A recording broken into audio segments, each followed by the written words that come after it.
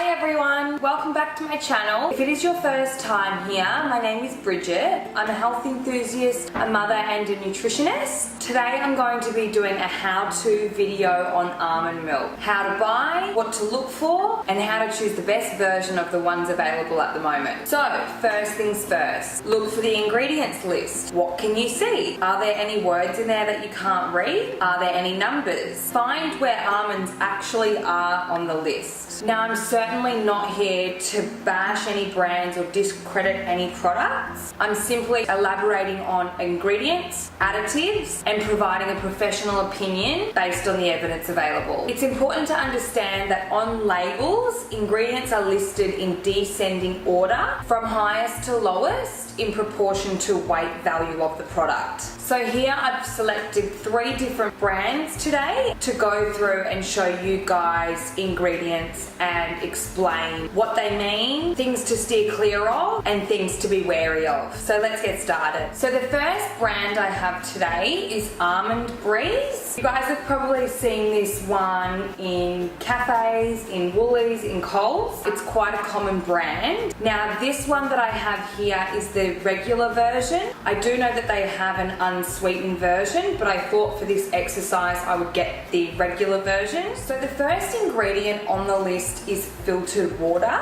So this makes sense because the ratio of nuts to water has to allow for the fluidity of the product. Otherwise it would probably be an extremely thick consistency, like a custard maybe, which probably wouldn't be that desirable. Now the second ingredient on the list is cane sugar. So in terms of the percentage of the product, it actually has more sugar in it than it does almonds. So this is something to be really wary of, as you may actually think you're doing something really positive for your health by having a dairy-free milk, but actually unfortunately hindering the progress due to the excess sugar content. Words to look for: evaporated cane juice, cane sugar, raw sugar, anything ending in OSE, maple syrup, they all still mean sugar. So I'm very sorry to burst your bubble on that one, but it all breaks down to the same molecules in our body. So the third ingredient in this product is almonds. Hooray! We finally got to almonds. As they would say in MasterChef, it's the hero of the dish. So when you eat almonds whole, you're actually getting a really rich source of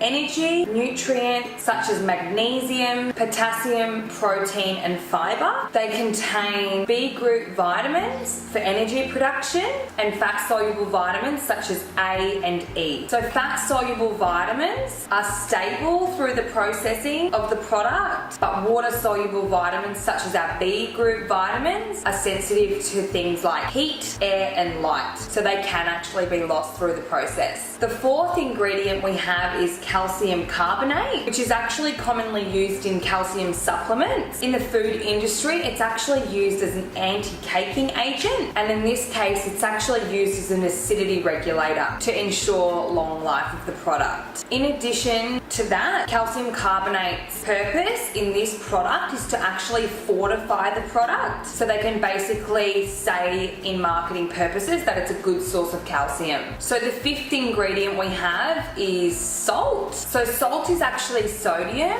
and sodium is an electrolyte in our body that is essential for fluid balance. Sodium in excess, however, can cause a multitude of problems in our body. Biochemically, anywhere that sodium goes, water goes. So therefore, sodium increases blood volume, therefore can increase blood pressure. So in Australia today, the recommended daily intake of sodium is actually 2,000 milligrams. Australians generally consume double that amount due to its addition to processed foods. So in all processed foods we find sodium, and that is where it can become a problem when you're consuming too many processed foods. It can add up quite easily. So we really need to be mindful of sodium, especially if you do suffer from things like cardiovascular issues or renal issues, which means kidneys. So the sixth ingredient is carrageenan, and carrageenan is a food thickening or texturing agent. A number of animal studies have actually been conducted assessing the safety of carrageenan and found that it actually harmed the test's colons. This was, however, really large doses of carrageenan, and in food products only very minor amounts are used. To date, carrageenan is actually recognised as a safe additive to food products based on history of safe use. However, in other more recent research, they've actually identified gaps in the evidence and our understanding. Minimal information is actually available on the effects of carrageenan on compromised populations such as the elderly or people who actually suffer with irritable bowel disease. So that's things like ulcerative colitis and Crohn's disease. This information basically means more research is actually needed, and until that stage, carrageenan is actually deemed as safe according to the World Health Organization. So the seventh ingredient and final is actually sunflower lecithin. Almonds is a nut, which is fat, and the liquid in almond milk is water, and they don't like to mix, so therefore this is required. So a phospholipid actually has two main components. It's got a phosphorus head, two fatty acid tails. The phosphorus head is hydrophilic, which means that it actually likes water, and the two fatty acid tails are hydrophobic, which means water hating. So when you actually add this agent to the almonds and water, it will actually arrange itself into those molecules to allow the two to be mixed together into an aqueous solution. So in our bodies, our cell membranes are actually all made of phospholipids. So this can quite easily increase the absorbability of the milk, which is great. Phospholipids actually have many different forms. I'll put a study in the description if you guys would like to find out a little bit more information on phospholipids, and if you would like to gain a deeper understanding of phospholipids and their benefits, it's actually really helpful. The second product I have is actually So Good almond milk from Sanitarium. This is also the original version. I'm actually not 100% sure if they've got an unsweetened version, but I did just get this one for the exercise. So the first ingredient we have is water, as we expected. Water will always be the number one ingredient in nut milk products because of that ratio that I did speak about earlier. Second ingredient we have, again, is cane sugar. So in the third part of this video, I'm actually going to be doing a little segment on how carbohydrates or sugar is actually metabolized and how that can affect fat metabolism as well. The third ingredient is almonds. Hooray, we finally got there again. The fourth ingredient is calcium. Now, it doesn't actually specify the form of calcium. So as I mentioned before, in the last product, it was calcium carbonate was the form of calcium, and this one doesn't actually specify, so I'm not really sure of the form, so therefore can't really give you an idea about its absorbability, but it is in there again to say that it's a good source of calcium. So the fifth ingredient is again an emulsifier. It's also sunflower lecithin, the product that allows the fat and water to combine. The sixth ingredient is natural flavor. So I'm not 100% sure what that means, but I am going to assume that it is almond flavor because it is an almond milk product, but that is me jumping to assumptions, so I actually have no idea. So number 7 is a mineral salt, which is in the form of sodium bicarbonate. Sodium bicarbonate actually neutralizes stomach acid, so that means that it increases the pH of our stomach acid, reducing the digestive function of our hydrochloric acid. So the levels of sodium in one product is actually not going to be of much concern. We actually do need sodium every single day in our diet, but it's actually the compounding amounts of sodium that you find in every single product, every single processed product that we do buy and purchase. You will find salt in all of those, so that's when it can actually become a problem. Ingredient number 8 is a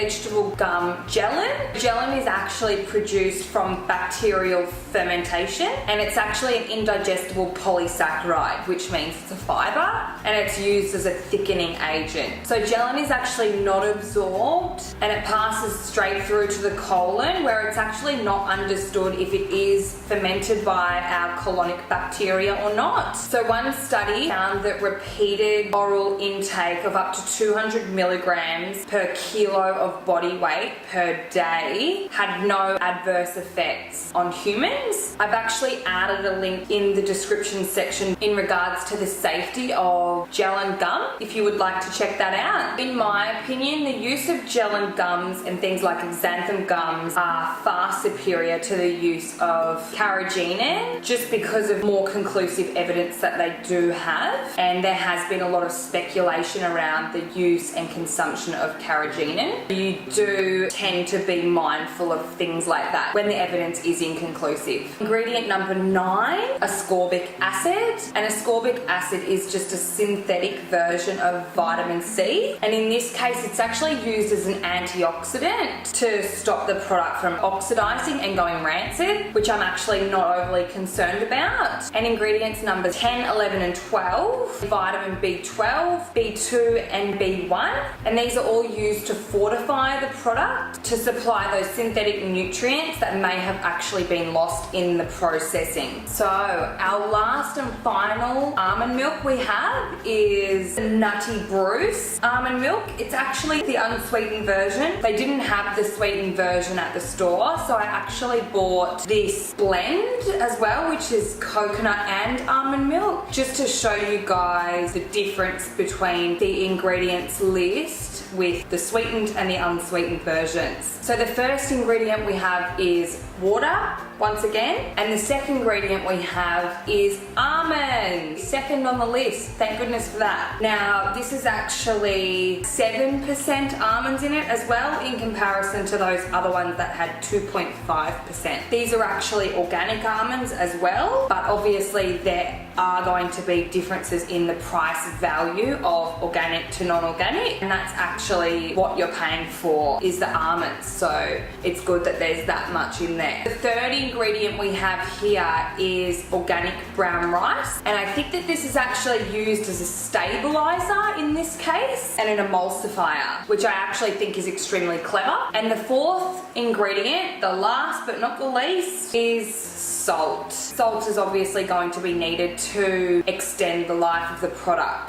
And that's actually it. There's only 4 ingredients in this one, which is by far the best one on the market available in Australia, in my opinion. And now I'll show you the sweetened version. So the first ingredient is water. The second ingredient is coconut, which is 6%, and then activated organic almonds is 5%. So because this is a blend, that equates to 11% of the entire product is what you're paying for. The next ingredient, so that would be the third, organic brown rice again. Fourth ingredient is organic brown rice syrup. So that's actually the sweetener that they've used. It is the second last ingredient on the list. So that's what you're looking for when it does come to sweeteners or sugar in a product. You want that as far down the list as possible, because that is the content, the percentage of the content of the actual product. And the last ingredient again is sea salt. So to just ensure longevity of the product and shelf life. There's no thickeners, no stabilizers, no other additives. That's it. Just whole foods, whole ingredients, and that is what you should be looking for when choosing a milk substitute product. So,